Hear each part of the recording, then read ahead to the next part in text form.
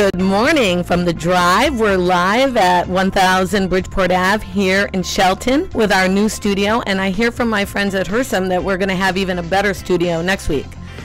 My friend Rob is out today, our station manager, and we're here with Josh Fisher and my fabulous guest, Randy Weis of the R.D. Weis Companies, and I have to say a friend as well. Welcome, Randy. Thank you, Denise. It's great to be here on a Friday morning, and after the show, I can start my weekend. Yeah, you're off after. Okay, good. Well, we're not going to make it quick though, because we had a slightly late start here because we're investing in our live stream and our radio show. So we had a couple extra setup things as we bring new equipment on. So the drive, Randy, you know a little bit about it. It's how we move ourselves forward mindfully, and how we fuel our mind, body, spirit, creates our lifestyle. Yep. And you have an incredible story, an incredible journey, and we align in so many of our beliefs about work and work ethic. So I'm so honored that you joined us today. It's great to be here. I want you to tell everybody a little bit about your company, but more so about your background and where you started. Take us back, because we know you're a very successful entrepreneur, and we're going to get there. But I want to hear about, so the audience knows a little bit about your background. Sure. Well, I grew up in the Midwest in a typical middle-class community, household, family of 5, living in a small house with 1 bathroom, typical for the 50s and 60s. And you know, as I've looked back on that journey and that time, I really realized what a gift it was to have that kind of what I'll call normal upbringing and lifestyle, and grew up in a family, you know, that had dinner together and all of those things that I think are very formative later on in life. So, yeah, I'm a Midwesterner by birth, and I've been on the East Coast for about 35 years. So. More time here than where I grew up. Well, tell us a little bit about how you grew up, because where we kind of aligned, me coming from the Berkshires with the same sort of middle class, strong family work ethic, I too worked through all summer vacations and all holidays while all the kids were off at, you know, spring break in Florida or traveling around Europe. Tell us a little bit about that. Well, we did talk about that the other day, and I want to correct you on one thing, Denise. I have never grown up. So, and I don't intend to grow up. So that's something that let's just get that out there. But I grew up, as we talked the other day, spending my summers on a family farm. There was no camp option. There was no backpacking in Europe option. There were none of these things that living in Fairfield County are so. You weren't taking the jet to look at colleges? Did not take a jet to look at colleges. I actually looked at colleges with one of my friends at the time in a 1964 Pontiac Le Mans, driving around looking at schools. I don't know what we were looking at, but we were judging them based on appearances. But my summers were spent, you know, getting up at 5 a.m., having breakfast, milking the cows, feeding the animals, working in the fields, you know, getting a bath two times a week.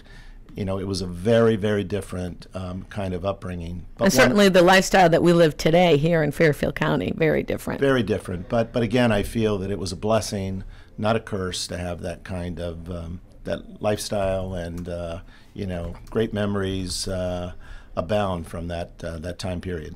Well, I grew up in a family business, as you know, and it was the automotive industry, so I was pumping gas on the weekends with my grandmother. A very unusual thing for a lady to say now that lives in Fairfield County. People look at me like, what? Are you for real? But I think so many of those character building things are pushed aside nowadays. And I know we were talking about this as you hire employees for your company. Yes. And you're trying to develop a work ethic that, you know, resounds when you're not there, what you look for in people that you actually hire. And I don't want to get off the track of where I'm going with this. So now you're a Midwestern guy. You moved to Connecticut with your family. I think you had a corporate job with, I forget the name of the firm. It doesn't matter. I work for a large pharmaceutical company. Okay. Let's just leave it there. Let's leave it there. So you get let go for whatever the reason is. I mean, that happens all the time, downsizing, reorg. And you start your own business. And of course, I, having many businesses myself, are very interested in this, because people often ask, how is it that you do all that you do? So go. How is it that you do all that you do, and what inspired you to start your firm and keep it going? I mean, it's 25 years old this year. Yes, it is. We just celebrated 25 years. It's been a great experience, a great run. And I had less time in corporate America, and that time really helped me build a foundation that allowed me to start a company and launch it and keep it going for 25 years. I think if I'd come out of college and said I want to be an entrepreneur and I didn't have the work experience, I would have probably failed right out of the box. So I am grateful for my corporate experience because it allowed me to move my business in a different direction. And for those listeners that are looking at some kind of career transition, I don't mind saying I was not downsized. It wasn't a reorganization. You bolted? I was let go.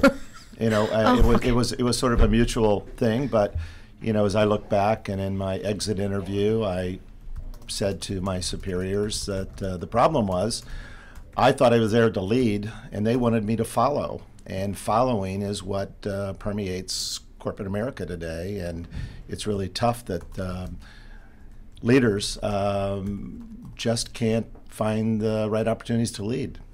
There's a lot of talk about having an entrepreneurial spirit and ownership within corporations, and that's another whole separate show where you can be on a panel. But what I want to ask you about, and in my newsletter that I sent out to my fans, was success isn't always driven by what's on your W-2. Correct. And we had a really great talk before coming on about that. Tell me, because I want everyone else to hear your view on that. What drives success, and where are we kidding ourselves when it comes to our W-2, and what does that do to our self-esteem when we kid ourselves about our W-2? What's success? Well, there's a bunch of questions in that question, so let me try and pick them apart. The reason I said success is not related to your W-2 is that it excludes a lot of very important people in the world. I believe that being a role model for your family, your friends, your coworkers is far more impactful and is far more important than the size of one's W-2. Many people have heard the story about on your tombstone when you pass on, no one wants their inscription to read that I wish I'd worked a little bit harder. Right, or spent one more minute in the office. Exactly. It's all about the other things we do in life, and it is easy, especially in a community like Fairfield County where, we've got such a wide, diverse population. It's very easy to see that person driving the Ferrari down the highway and being envious and say, he must be really successful. Right. Well, I think we all know, especially at my stage in the game, that the person behind the wheel of that fancy sports car could be a miserable human being. Mm-hmm. And the with so much debt they can't see straight. Well, that's true. Perhaps, also. Maybe not. That's true also. So, yeah, I've learned, and I think we go through stages in life. When you're in your 20s, you're very much in that accumulating stage, accumulating things, and being envious of others, and then you sort of get in the middle and you start coasting a little bit, and then as you're getting closer to the end of your work career, your value system starts shifting. And the value system is no longer on things, it's on people and the next generation, what your legacy is going to be, how you want to be. Memories, all that stuff. Yeah, I was listening to something else on actually YouTube where we're live streaming today that said, we tell our kids, to do all this great work, but in the reality, when they get through college or high school, we almost shun them from taking any job that isn't a high-paying job, such as maybe a school teacher or a police officer. But those roles in our society are equally as important, but we don't quite put the right value on them, especially here maybe in our county. I just hit a loaded gun there with that statement. Well, that's that W-2 thing again. Yeah, that is that W-2 thing. So we had talked about productivity, and the Daily Drive is all about that. And the book came out of someone asking me, how is it you juggle all that you do? And I said, well, I do this active meditation. It's my method of keeping it all together and calibrating it. That's how I start my productivity every day. Tell me about yours. Well, I think we all should have some system of scorekeeping and some system of staying organized. And the daily drive, for someone who does not have a system in place today, is a great place to start. We've used the daily drive in our company, as you know. And, Thank you, Randy. And my wife is an advocate, and I've attended many of your talks. For me, it's a little bit differently. You know, I am in business, and Outlook is a great calendaring system for me. And I use it daily. I start my day every day with a to-do list. I get out of bed. I spend 15 to 20 minutes sort of getting my bearings on the day. It's quiet time. No one's up in the house. And, you know, I start sorting through what needs to be done today, next week, next month, etc. And I think part of that also comes from, years ago I read Stephen Covey's book, The 7 Habits of Highly Effective People. Right. And in that book, it talks a lot about doing things that are important, urgent, and things that need to be done but don't have a timeline. Mm-hmm. So I try and organize my life kind of around that Covey triangle, to be honest. Now, is that also how you set goals for, I'm assuming for personal, but for your professional life, moving your business forward? Are you using that same system, and are you encouraging your senior staff to do that as well? Like, because you've really grown a firm pretty substantially over the past 25 years without, I'm assuming, huge venture funding capital like so many people are, you know, doing their Kickstarter campaigns today. Well, there was never any venture funding capital. It was... you know, there was never any other people's money. It was mine. But I think the person who is in the leadership role in the company, they need to be looking further ahead than the people who are doing the day in, day out work. Mm-hmm. You know, you don't want your, you know, people in accounting who are processing invoices or doing whatever they do, thinking about what's the company going to look like in 5 years. You want them they're boots on the ground, and you want them thinking about today's activities, next week's activities. The farther up you are in the leadership channel, or chain, your thought process should be getting farther out. If I, as the owner of the company, am in the weeds every day, dealing with problems, then the company's in trouble. Yeah. That's also, I think, one of the most challenging things for me, because I tend to be a boots on the ground lady and also responsible for the vision, and I'm always juggling, i.e. the reason for me using my own book, because I like that camaraderie on the ground level. I like that, and I feel like, well, my grandmother, who used to always say, you cannot be a success until you make others a success. And that's even the reason for my show. It's because it's not all about me. I bring on really great people like you to tell their story, to motivate people to move forward. I think we often get stuck in our own way, and we think, you know, success is unattainable because somebody else in that Ferrari has it. But it is real life success. So now you've got your regular people, and I shouldn't say regular people because they're equally as important as the people up the food chain. How do you teach them and keep it, because you're a very calm personality, but I know you have a lot going on.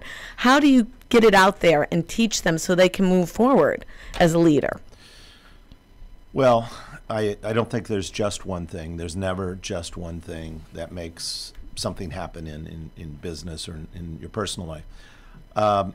For me, it's about staying connected. It's about, just before we got on the show, I learned that I had an employee who had somebody significant in their life have a medical emergency this morning. Oh. So prior to the show, you know, I connected with that person 2 or 3 times to make sure everything was okay. Mm-hmm. If there's anything I can do to help. So I think staying connected. I think, you know, when I'm in the office, I have lunch with my staff. I don't eat in my office. I want to make sure that I'm available physically, mentally, etc., as much as possible. My door is open, not closed. I don't have the largest office. My office is centrally located so that when people walk by, they can feel free to come and go. So for me, you know, how do you pass on leadership? It's by modeling, frankly. So on that note, I'm getting a little signal from my friend Josh that we have to take a quick break. I like the fact that Randy isn't one of those scary CEOs, and we're going to talk more about what inspires him when we get back after break. Thanks, Randy. Okay. Randy, tell me about the most important day in your life. in the course of, from working summers on the farms to right now? Well, I can't give you a single day, but I'll Okay. give you a couple of important days. Okay. I think the day your first child is born is an amazing time for you. It changes the game. It changes how responsible you need to be. It makes you Tired. It makes you tired. And you've now got a new job where there's no rule book for. I mean, there's no parenting book. You've got to just figure it out on your own. My So- mother used to say that. She'd say, "This is the hardest job in the world, Denise, and you did not come with a book." I don't know what that says about me, but go ahead. Absolutely. That was a very significant day. A significant day also for me was when I graduated from college, and I put myself through school. I worked and went to school at night. And Well, don't skate that, because that's an important thing. You put yourself through school. I mean, nobody in Fairfield County does that anymore, do they? yeah, we don't have enough time to talk about my views on that on this show, but yeah, I think it can be done. I think it's BS that kids can't manage two things at once as I did. But yeah, it gave me a great sense of accomplishment. I didn't think about it when I was going through the process, working during the day, leaving home at 6:30, getting home at 10:30 at night, having Yeah. school in between. It didn't occur to me the magnitude of what I was doing until I did it, and my parents acknowledged what an incredible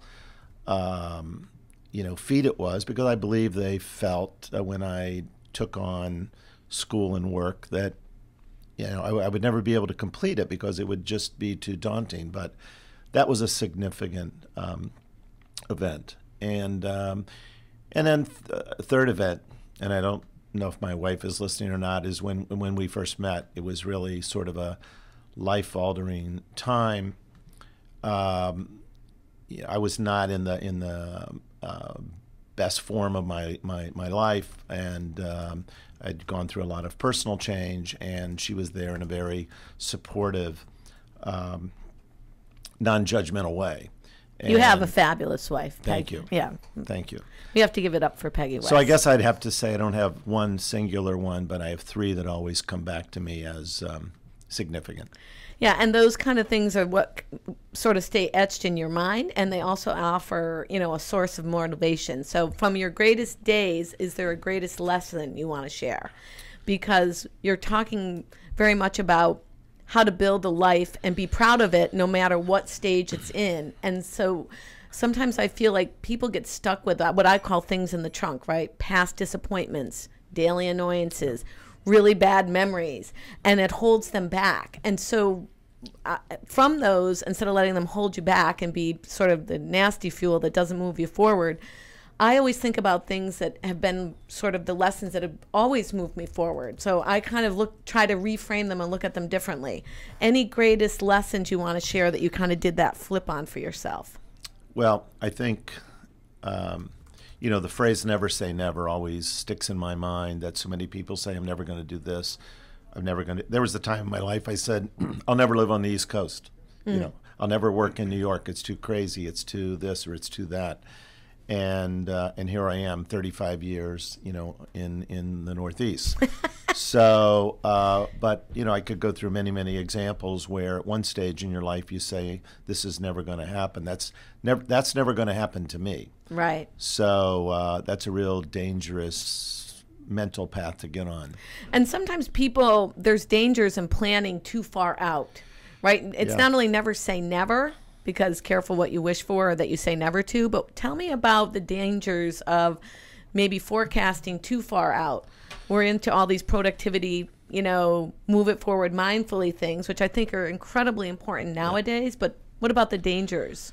Well, I think one of the big dangers is that when you're too far out, things can happen that upset your plan. Yeah. And then you're in great personal disarray. There is something to be said about living life a little bit one day at a time, with an eye towards the future. But if you bank too much on that future plan, you could really have problems. For example, in 2003 and 4, no one was thinking as they entered perhaps retirement that there was going to be a meltdown of the economy. For sure. And if they had their mindset on a specific date that they were going to retire or go do something else, chances are it didn't happen for a lot of people. So if all of their energy was spent thinking about the day they retire and not living the life they want to lead up to that point in time, they're in an emotional crisis. I talked to a cab driver just the other day, and everyone I'm sure on the call knows who Uber is. Yeah, Uber. We never heard of Uber 2 years ago. Right.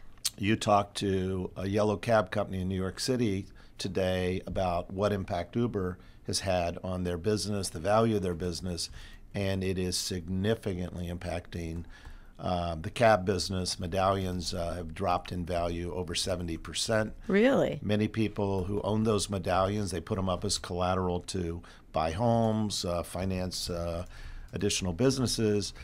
And, you know, for many, many, many years, probably 50 years, you could buy a medallion and just count on it going up in value. Uber changed the game. I think that change is, you know, we're talking about change agent, thought leadership, insightful living, living on purpose. The reality is balance, if there is such a thing, is a constant state of motion. And to your point about living dangerously in the future, I think if you don't make a plan, you plan to fail. And I think it's different for everyone else. And that's also what I talked about in my email out to my fans. It's like you said, and what I really liked is success is different for everybody, but it's also different for everybody at different stages. And it's okay to change what your vision of success is. So tell me a little bit about that. Well, you know, I'm at that, you know, I don't know what quadrant in life I'm at yet because I don't know. Well, you haven't grown up, so we're going to assume the first quadrant. You know, if we all knew when we were going to die, it'd be really easy to plan life, but we don't. You know, I think, you know, the stage I'm in now is really about helping people who are close to me, whether it's friends, whether it's coworkers, family members, grandchildren. You know, my role now is more teaching, inspiring, motivating, all of those things. You know, I have the other stuff in life that I want. So now I want to make sure other people get out of life what they want. You're helping others be a success. And on that note, we have to take yet another break. We take a break here every 15 minutes, right, Josh? More or less? Roughly, Denise. Okay. It's Josh, your drive. It's your drive. You did a great job, Josh, by the way. I'm just trying to keep quiet and stay out of the way. No, you can jump in. We're happy to have you. I don't want to ruin the good conversation that you two are Not having. at all. We always welcome feedback. But we'll be back in 1 minute, and we're going to talk about Randy describing what that success looks like, why you are inspiring others, because you're certainly an inspiration to me and have been so connected in our community, and I want to talk about that a little bit when we come back. Randy, you and I met. I think we were on the board, or you were the chairman of the board for the Fairfield Arts Council, and I actually met you through your fabulous wife, Peggy, who's an incredible artist.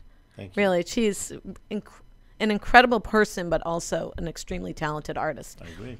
So tell me about some of your charitable work and things that you're doing that you're passionate about and helping others, and what it means to you and how other people should do. I'm giving you a lot of questions. Sure. I'll shut up. Well, since you brought up the Fairfield Arts Council, I'll talk a minute about my involvement with that and why I got involved. As I said, I've lived on the East Coast 35 years. I've been a commuter my whole life. That means I leave my house at 6:30 in the morning and get home whenever I get home. And other than the person that runs the dry cleaners, most people in town wouldn't know me because I'm working outside of the community a lot. So a number of years ago, I said, I've really got to do something to give back to the community and be more involved in the community. And I've never had any desires to get involved in politics, so I eliminated that as an option. So I was looking for something to do, and one evening at a arts gala, it could have been at Troy Fine Art for all I know, a woman who was leaving the board of the Fairfield Arts Council asked me to join, and I was thrilled to do that, both on the basis of doing something great for the community, but also doing something in the arts because that's the world my wife Peggy lives in. So it was something that we could do together very, very easily.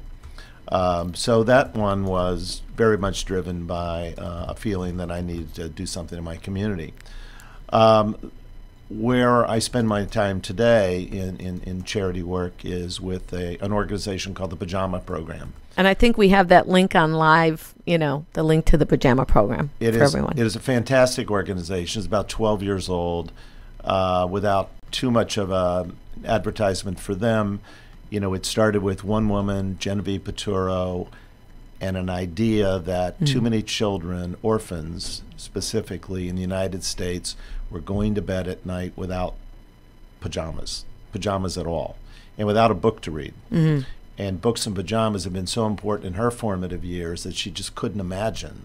She couldn't imagine what it would be like for a kid to not have those things. So she had an epiphany. I think you said epiphany earlier somewhere. She had an epiphany that her calling in life was no longer to work on Wall Street, but to quit her job and start a nonprofit to make sure that every needy child had pajamas and books.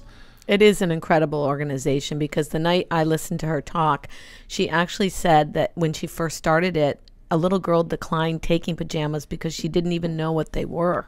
Yeah. Wow, that was mind-boggling. Terribly sad story. But today the organization it's national. They have done some overseas pursuits when soldiers in Afghanistan and Iraq got in touch with her and said, there's children, who are war victims that are without pajamas and books. Is there anything you can do? They were shipping books and pajamas overseas. So it's a non-political organization completely, highly supported by the folks at Carter's Baby Clothes and Scholastic Books. They're the two major sponsors. Wow. I'm now on the board after many years of just being a good supporter and volunteer. But tell the story of how R.D. Weis took their vans down to Louisiana after Hurricane Katrina with loads of books and pajamas. I mean, too bad we don't have your video on that here, but tell that story, because that is an incredibly motivating story. Well, people that know me well know that I like to do things without a lot of external involvement. In other words, I'm kind of a boots on the ground, let's get it done person. While watching TV one night and seeing what was going on in New Orleans, I texted Genevieve, who is the executive director of the Pajama Program, and said, "Are you watching TV?" She texted me back. She said, "No, what's up?" I texted her back and I said, "Look at what's going on in New Orleans. We, collective we, need to do something." So the next morning, 8 a.m., we started a conversation. One of her best friends in life growing up was Meredith Vieira, who was on the Today Show. Thank you. And within 48 hours, Genevieve was on the Today Show. The Wall Street Journal ran the ad that this organization existed, and we were trying to gather pajamas for Katrina victims. Right. So we had the idea, but there was a whole bunch of things like where the pajamas going to go, how we're going to get them down to New Orleans and all that. So we volunteered our warehouse, our company, and our trucks, and we said, you get the pajamas to us. We'll sort them out by size, by sex. We'll figure all that out, and we'll load the trucks, and I'll send my people down to New Orleans. So you basically, put a little bit of a work stop in your company to bring these pajamas in your trucks with your employees down there, which wasn't like a 2-hour trip. I mean, it was a few days. Yeah, it was a few days. But one of the things that happened during that trip that was particularly memorable and shows the goodness in people is our truck broke down along the way, and it was on a weekend.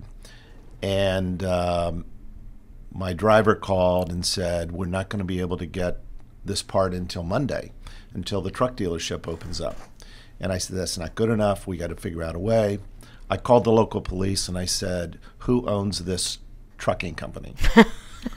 I need to talk to the owner. And they were hesitant to give that out. And I explained what it was. I said, I've got a truckload of pajamas heading to, actually it was the Houston Astrodome, which is where a lot of the victims went. and Monday's not going to work.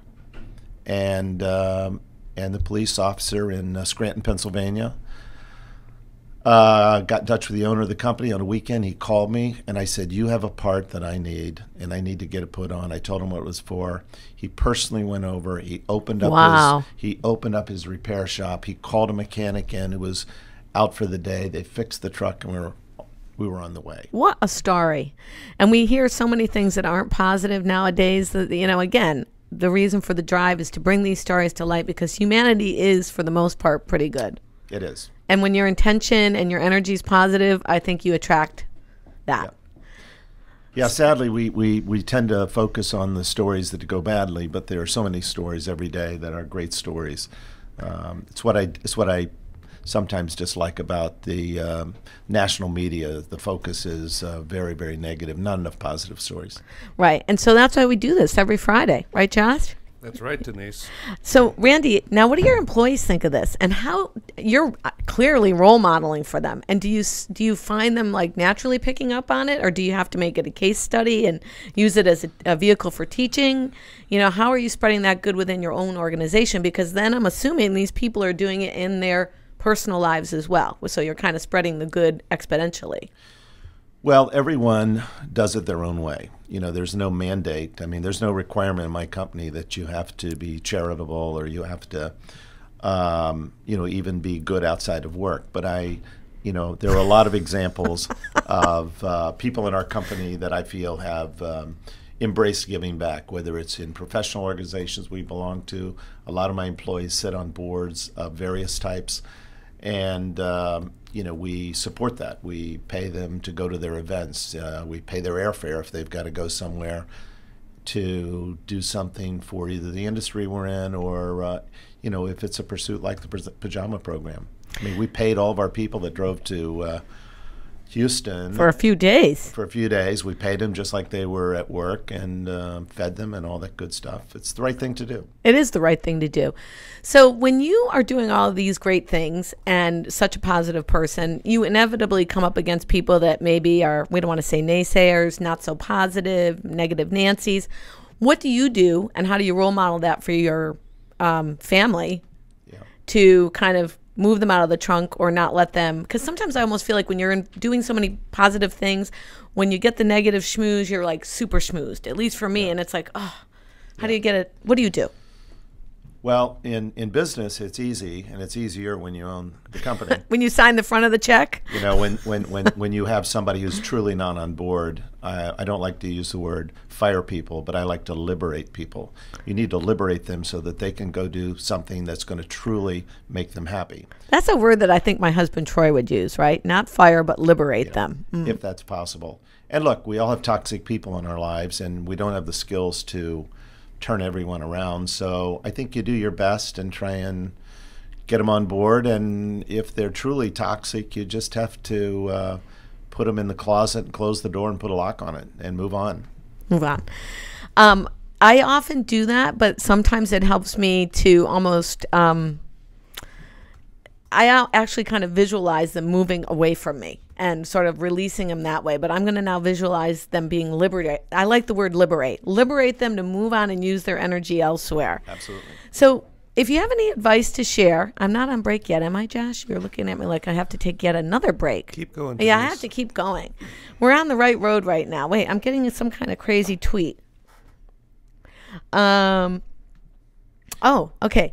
Well, this is the question I was going to ask. Randy, what's your next piece of advice for somebody who's got a really strong background in what they do, but they're looking to evolve and move forward, and they feel almost a little bit, they're very good at what they do, but they're moving on, and they need to do it without throwing out the baby with the bathwater? How do you do that when you've been doing something great for so many years?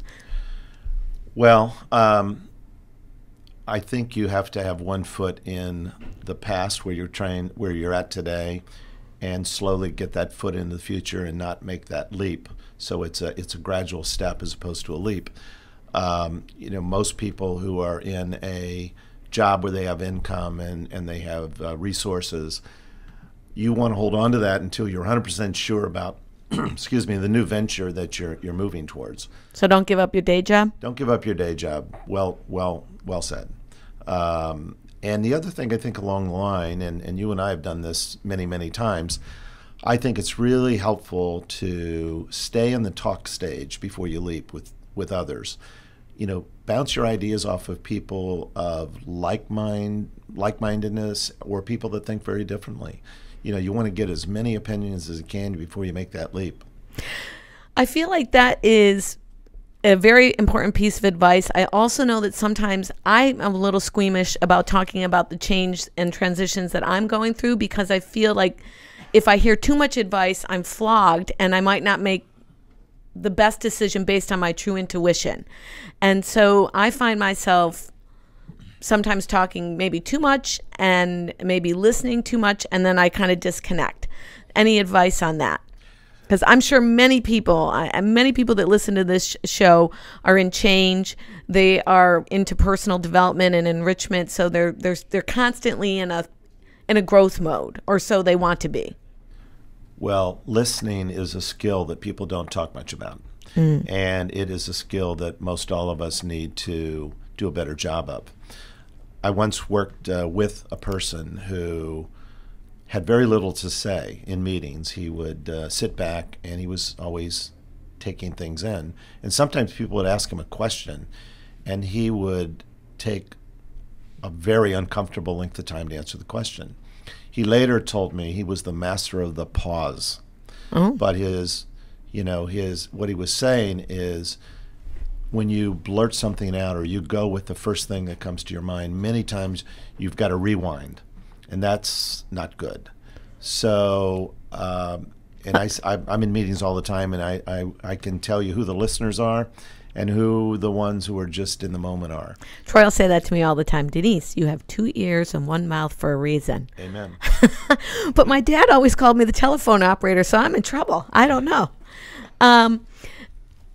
We're not taking a break just yet. I want to know what's next for you, Randy. Where are you headed next in your intentions? So before I answer that question, I learned that our good friend Josh here is also a native of Ohio. That's right. And Josh and I would like to do a shout out to all the good folks of Southern Ohio, Cincinnati Reds fans, Skyline Chili fans, all that kind of good stuff. You are? All that. Oh, definitely, yes. Did you grow up there? Yeah, I was born in Washington State, but I moved there when I was 2. And, oh my gosh! Yes, and when did you come here? I came here in late middle school, but certainly kept the ties back there. I was last out there a couple years ago. Finally got to go to the new ballpark out there, and. But did you guys figure that out on break? We did. Yes, yes, we did. All these great secrets. Yeah, and Randy was a neighbor of Joe Nuxall, the old left-hander, youngest man to ever play Major League Baseball. Played when he was 15 years old, and then was the Reds' color man on radio for decades and decades, and passed away a couple years ago. But one of the kindest men you'll ever meet in the world. Wow. Great human being. You know, the resounding theme that I'm finding out about my guests that have been on, you and Ro last week and a few others, you all know so many people and so many great people. There's so many. I mean, we could have a show based on that story alone, but now we do need to take a break. Denise, why don't we run us to 5 till, and we'll play the commercials out. Oh, okay. Run us to 5 till. Very good. Well, that's okay. what we get to do when we do it informally around here. Tell me about what's next for you, your intentions. Well, life doesn't really let us always know exactly what's next, but I can tell you that I gave you a book this morning, by the way. Yes, you did. The first book I've been involved in writing a chapter in, and it was for a friend who's in the retail and restaurant industry, totally unrelated to what we're talking about this morning or what I do, but the book was about leadership.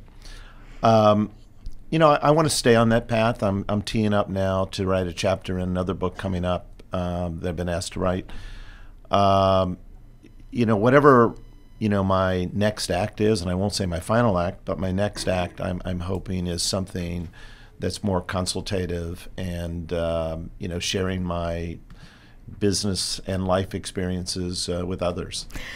You know, the drive is about writing things down because Yeah. as a person in the creative industries, the biggest thing I believe in is, of course, I mind map before my guests come on, and you have your written down goals. Long before we spoke, we were cave people doodling on walls with berries. So I won't ask you to share those unless you want to, but what I'm most impressed with is that Randy, our CEO, has these fabulous little goals tucked in his wallet, written down. And I know they're both personal and professional because you did share them with me. I want to ask you, I work with Troy, as you know, in a variety of our businesses. How is it working with Peggy? Because Peggy's also a very creative person, and so are you. But tell me about the management of the two of you working together and keeping it interdependent. Interdependence is a great word, and we both we're dependent on each other in the areas that are really important. You know, we're dependent as moral support for each other. We're intertwined, of course, financially and other things. But we both live our own lives as well. We live a interdependent life as well as a dependent life. Our long-term goals are very, very closely aligned because most of our goals at this stage are around family. They're around each other, they're around our children, our grandchildren, and people we love and care about.